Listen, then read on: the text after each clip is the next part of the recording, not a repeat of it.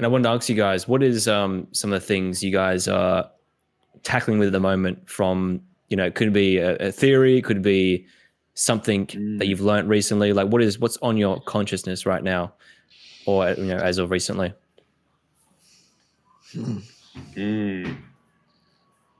I got something, Harley, if you don't. Go in. Okay. So this gets fairly personal, but that's good because that means it's more real in a sense. So right now I'm actually getting a minor in philosophy at Western at university, and I like philosophy, I do, but one of the problems is that you read all of these incredibly smart, effectively geniuses of their time, and they all have very convincing arguments. And a lot of them are not commensurate arguments. They are arguments that directly contradict each other / cannot be, they're mutually exclusive. So one of the problems that you encounter when you come from a fundamentalistic religious household like I did is this problem of where do your own beliefs stop, and then how much of your own beliefs have been influenced by your parents' beliefs and your culture's beliefs and your community's beliefs.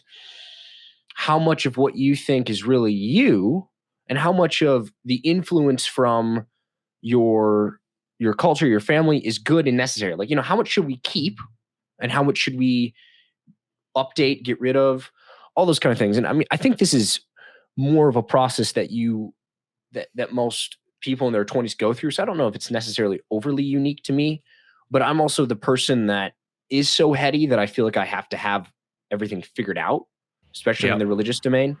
So one of the issues that I'm encountering is I may be oversaturated in material such that it's almost having a paralyzing effect where it's too much information and too many different thinkers that for someone like me that really struggles to live in, have a version of reality that I can get behind and not be freaked out by, which sounds a little strange, but to be constantly poked at my fundamental axioms. It's a Peterson term, poking people in the axioms. That's what I was referring to with Sam Harris. But to be constantly doing that, it's a bit too chaotic for me. And I'm someone that likes order. So I'm trying to deal with the problem of too much information that's useful and good, but too much at one time that you're not able to unpack isn't. So that's just something on my mind recently, is you can actually overdo that. And I'm wondering if perhaps I'm dabbling in that. So I wonder if, is it the information itself that's overloading, or is it rather, I think you mentioned it there pretty much, which was that there's too many conflicting, challenging beliefs that are challenging your infrastructure, right? Yeah. So it's not that, I've consumed a lot of information at once. I think it's the gravity of the information in terms of how deep the philosophical claims go. Then just how complicated it is and how dense it is. So it's both the fact that there's some contradictory things, there's different thinkers from different sides, but it's also just the depth of the information that you're getting into, the fundamental questions about reality, and that's good, but you can overdo it and you can end up in too much chaos. And a lot of people, though, the flip side of this is a lot of people just don't even do it at all. So it's an interesting balance between I'm challenging my belief structures, I'm investigating this more, but I don't want to fall off a cliff. So I think it's good, though. It's a good process. Almost like you need to microdose the philosophy as opposed to macrodosing it. Yeah. Yep. There's a good way to distinguish it. So yeah, that's what's going on for me. What about you, Harles? Yeah, it's interesting, Nate. I felt the same thing taking the philosophy. I feel like a little bit slower might be the best. The microdose, as Luke said. Yeah, that's true. But I guess the thing I'm wrestling with is a personal thing as well, which is I work with my mom, and it's an interesting dual relationship / triple relationship I have with her, which is wow. She's my boss / colleague. And then also she's my mom, but I'm 22. And then she's also my friend. And it's an interesting, like, how, I've actually gone to counseling recently with her and just about it, and actually figured out some interesting strategies of like, well, so we would communicate through text, but then like the text would be, hey, nice to see you, son. I love you.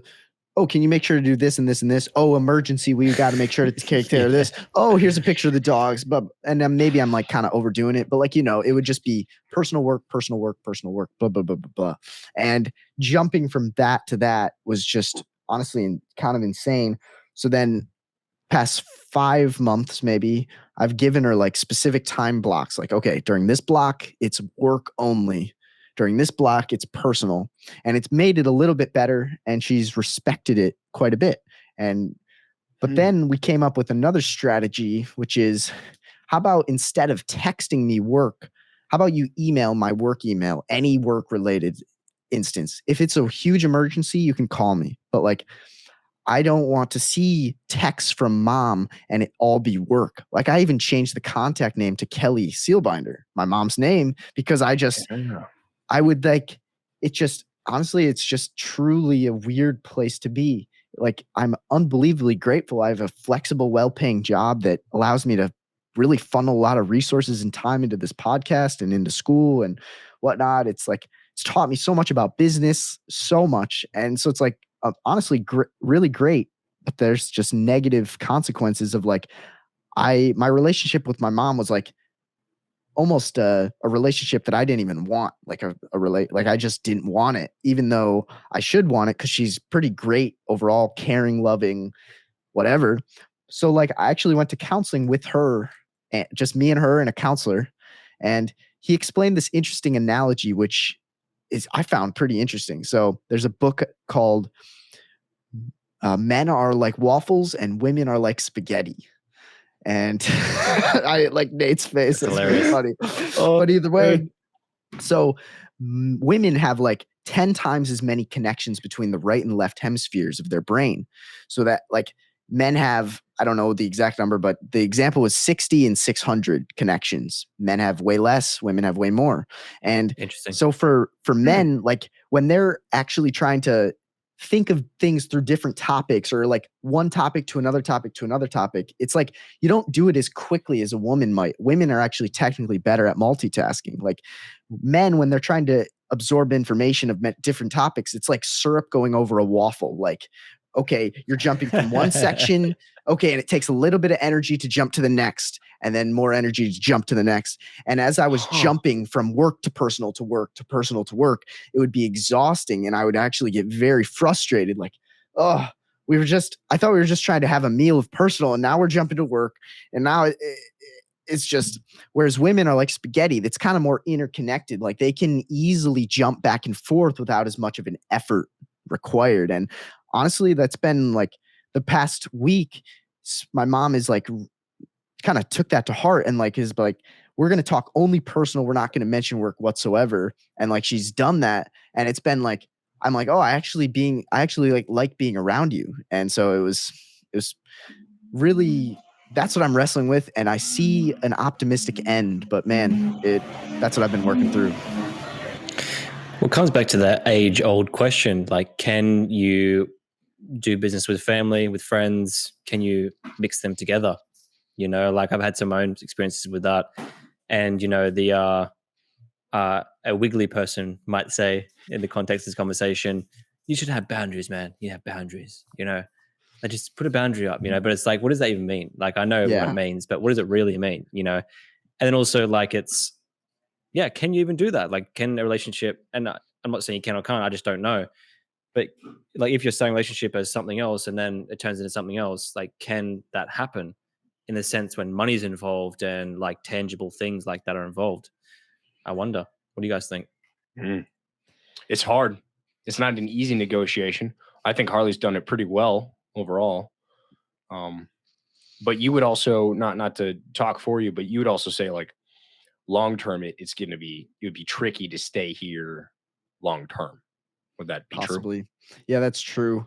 That's actually why I'm trying to honestly do this thing, which is my own thing. Like I seeing you and Jordan have their own businesses and doing their own thing, not He's our connected other to their roommate, by the mom. way. Yeah, either For way, the- he runs a shoe business and a lot of other things too. But it's like Nice. pursuing this, it's like it's allowed me to like feel a sense of independence, even though all of my income comes from the work I do for the family business.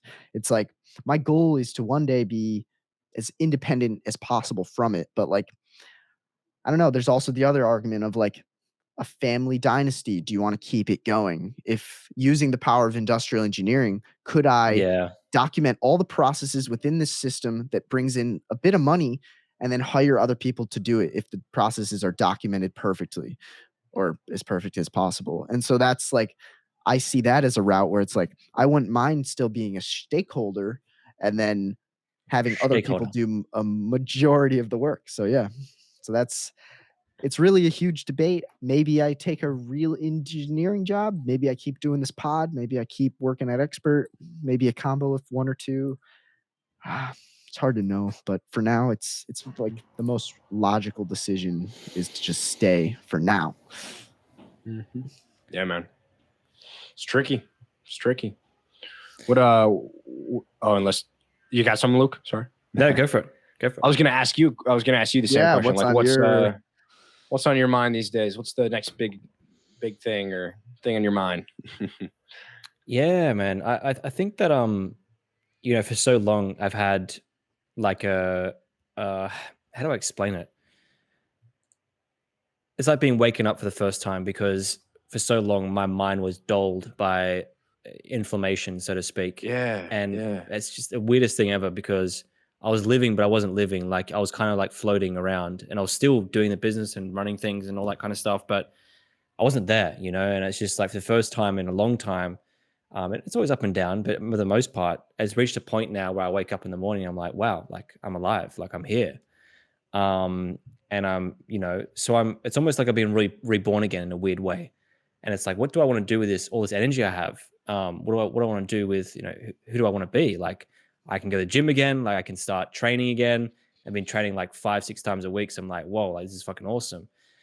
And it really like made me think like, when I was feeling that crappy way, I'm like, oh, I'm so unmotivated. It's like when anyone feels like this, they wouldn't do anything. So I kind of thought about the motivation thing, which is another story. But yeah, so I'm kind of like in this new era of my life where like I've quite literally the dishes have been washed, so to speak, and everything's all clean and sparkly and like they're ready to use again. It's like, what do I do with this now? So it's not a specific challenge, but rather, I guess, the challenge is always the business. It's always like, and that's what I'm doing right now. It's like, it is actually, yeah, this is what it is. It's the most recent one that's come off the back end of the health stuff. Just took me a while to discover it. It's, so I have, my business is doing content for people and I've got, I don't know how many clients now, somewhere like 9 or 10, maybe a bit more, all doing different things and whatnot. And it's growing, it's going well. But I have a choice now. Do I, I'm doing the podcast here with you guys right now, and this needs to be cut up. This needs to be YouTube clips and thumbnails and time investment. So to sit down last night, I'm sitting there and at my lounge and I'm thinking to myself, like, okay, this is how much profit I bring in if I don't do my own content. And the profit margins were sitting at about 50%, around 50, 51%, which is really good. I'm like, that's perfect. That will get me like the life that I want. I could do some things in my life that are like awesome. Like, fuck yeah. Like, that's really cool. And I add my stuff on, the profit margins go down, like to a point where it's like, I'm comfortable, but I'm not living that life that I've always dreamed about, so to speak. Mm. So I'm sitting there thinking to myself, and this is like the part of me that like loves to live in the chaos, right? And like this week, like money came through in Australia. I just spent it all on sales. Like I just put it all into sales, like getting leads, all these things. And I had like zero money in my bank account. I'm like, this is great. But I feel like home. I know it sounds weird, but I feel like home. It's like, because I've always lived that way in a sense of like just investing money back into something. Like Grant Cardone style of stuff. Like no money bank account. It's like, I didn't even think I was doing that. I wasn't trying to be like him. I just did that naturally. So my challenge at the moment is like, I'm sitting there and I've kind of decided what I want to do already. hence why I'm on this call with you guys right now, this podcast, or whatever you want to call it, live. So I'm sitting there, I'm like, I could have this life that I want. I can move into this new place. I could do these things, X, Y, Z, but no content for me. Like no content for me, at least for a while, for 3 or 4 months. That's the, long-term approach as far as like, if I'm an accountant. Then the artist inside of me and like the, like the part of me that wants the chaos and wants the personal brand out there. And I guess the ego of like being out there and all this content being done properly is like, no, let's go for like hell for leather, as they say, like just fucking do it. I kind of decide on that, but that's a challenge for me at the moment is like the balance of running a business and being realistic and being like a child and following my dreams. And, for the longest time, I've always been like 9-to-5 job, like this much is coming in, this much goes here, very like, rigid in a way and very logical in a way and very like disciplined. There's a part of me that just wants to like, just have fun and like do what I want to do and fuck the money. That's where I'm at right now. So I don't know if there's a right or wrong answer, but I think both are right and they're both wrong. So yeah.